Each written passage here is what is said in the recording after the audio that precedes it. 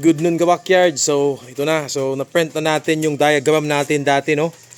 Yan, no? So, first, binaklas natin yung solar setup natin dun sa lumang bahay natin. Tapos, dinala natin dito. Kita nyo naman, di ba? So, ngayon, si-set up natin dito sa bukid para magamit natin sa ating pond, no? So, ito yung diagram natin. Napakasimple lang. So, kita nyo naman. So, dalawang MPPT Ilijo yung gagamitin natin. Same pa din yung setup natin. Yan, binaklas na natin. So, makikita nyo dito, oh, dito yung battery natin. Yan, tatlo. Yung samdo natin. Simplihan lang natin yung setup. Plano ko, diretso na. Kasi yung kailangan ko dito is 12 volts lang muna. So, hindi ko pa kailangan dito. Actually, hindi ko pa kailangan si inverter kasi hindi ko pa naman gagamitin yung 220 volts, no? Kasi yung pump natin, yung aerator natin, 12 volts. Pero, okay lang. Mas maaga na ma-setup natin, mas maganda. So, binaklas na natin yung mga breakers natin.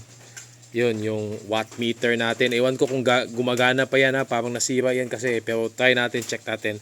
So, unahin mo muna natin set up yung mga Ilijoy at saka itong inverter natin na Samdon, or probably Ilijoy muna, saka battery. Yan, kasi ibang side kasi ito dito Kita nyo naman, ibang side dito. Pa-convert na kasi yan, 12 volts to 20 dito na side. Dito 12 volts, so ito yung kailangan natin. So yan, battery. Kasi yung yun, kita ko sa inyo. Yan, so sa pump natin 12 volts lang need. Yan. And then ito din 12 volts lang din to Yan, yung aerator natin 12 volts lang din. So actually sobra-sobra to ka-backyard, pero magagamit natin yung 220 later on. Sa ngayon, pang pond lang muna, 12 volts lang yung supply. Direct from battery, and then cha-charge natin gamit yung ating solar panel. So ito yung mga solar panel natin. Yan po. Yun. Okay, so set up ko muna. Isa-isahin ko. Probably mapakita ko sa inyo kung paano natin ma-set up. And siguro explain kasi mahirap kasi ako lang kasi mag-isa ka-backyard So hahaba yung video kapag i-video ko lahat, no? So set up muna ko and then discuss ko kung bakit ganun.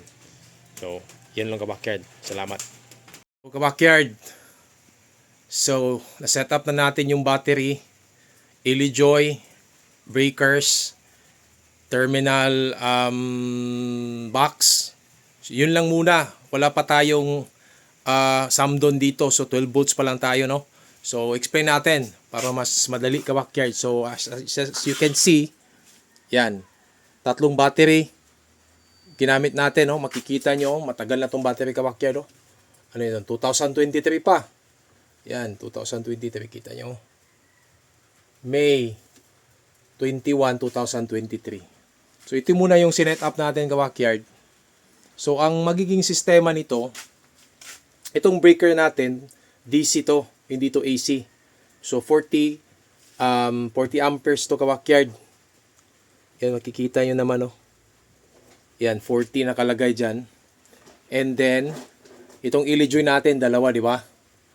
Yan, dalawang Ilijoy natin. So ang sistema nito, meron tayong, para mas madali ka-backyard, maintindihan, meron tayong dalawang solar panel. Dalawa lang muna. Yung isang solar panel nakakonect dito, yung isa naman nakakonect dito. So yung solar panel, merong output yung positive, negative. So saan ba papasok ka-backyard? So dito yon. So galing sa taas, may red and black na wire. Papasok to dito ka-backyard. Yung isa. Yan, papasok dyan. And then, papuntang Ilijoy. Yan, papuntang Ilijoy, tapos lalabas dito yung supply, papunta naman dito sa baba.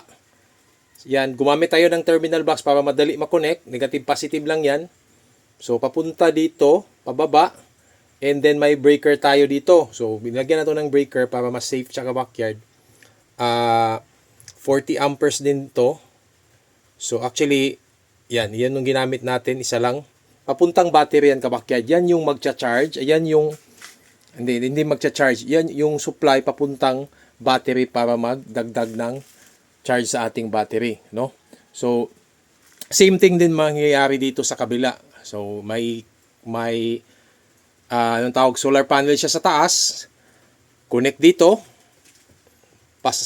Dito lalabas, papuntang Ilijoy, and then Ilijoy, tapos pababa.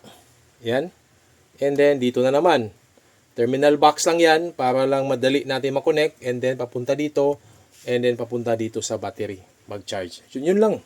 Yun lang ka-backyard. So wala siyang Samdon dito na ginamit natin. Iba naman yung Samdon kasi 12 volts to 220 na yun eh. Ito 12 volts lang talaga. So maya na natin yung i-set up. Ito lang muna para hindi magulo, hindi din ako maguguluhan ka-backyard, no, kasi hindi naman tayo expert. So yan. So dalawang solar panel, yung isa pasok dito, again, labas diyan, and then dito sa Ilijoy, and then bababa dito, makikita nyo naman mayroong positive, negative, meron din dito positive, negative, so hindi kayo malilito. So bababa diyan, papunta na yan ng battery ka-backyard. Yan, papunta na yung battery dito na yan. So labas dito, yan. Kung ayaw mong ginilagyan ko dito, just in case lang magka-trouble tayo, pwede nating ma-off, no? Yan yung purpose natin. O yung kung may problema, magti-trip off yan ka-backyard. So para safe lang. So yan, magcha-charge dito. Same thing din dito. So dalawa ang mag-harvest ka-backyard, dalawang Ilijoy na naka-parallel connection. Okay? So para mas mabilis yung pag-charge natin sa ating battery. So kung nagtatanong kayo anong klaseng battery, gel battery lang ito ka-backyard. LB Tapsan, matagal na to, 2023. So ano na, magti 3 years na. No? So ginagamit natin. So far okay pa naman. Okay pa yung test niya. So gagamitin natin. So yan lang. So wala pa tayong solar panel kasi lagay pa natin sa taas, iakyat pa natin. Pero madali na yun ka-backyard kasi dito na natin yung i-connect. Yung isa or whatever parallel connection sa taas or series parallel connection sa taas ng ating solar, isa lang yun ang lalabas na dalawa lang wire, positive, negative. So dito na yun. Negative, positive, puntang Ilijoy, bababa, yan, papuntang battery para mag-charge. Yun lang. And then same thing din sa kabila ka-backyard. So yun lang. So yan yung ating 12 volts lang. Napakasimple lang. Wala pa tayong nilagay na Samdon or any ano tawag nito? Yung para malaman natin yan yung voltahe. Wala ka-backyard. Simple lang. Kasi gagamitin natin to sa ating pond ka-backyard. So makita nyo naman ang pond natin nandito. You know? Hindi pa nalagyan ka-backyard.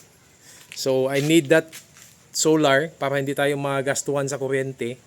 Kailangan natin ng 12 volt supply kasi yung pump natin 12 volts and then yung aerator natin 12 volts din. So yun lang. So magulo dito ka-backyard, no? Kita nyo naman dami kasi storage, nilagay natin sa storage. Yan. So magulo, linisan ko na lang to ka-backyard para hindi magulo. And then see you in the next video.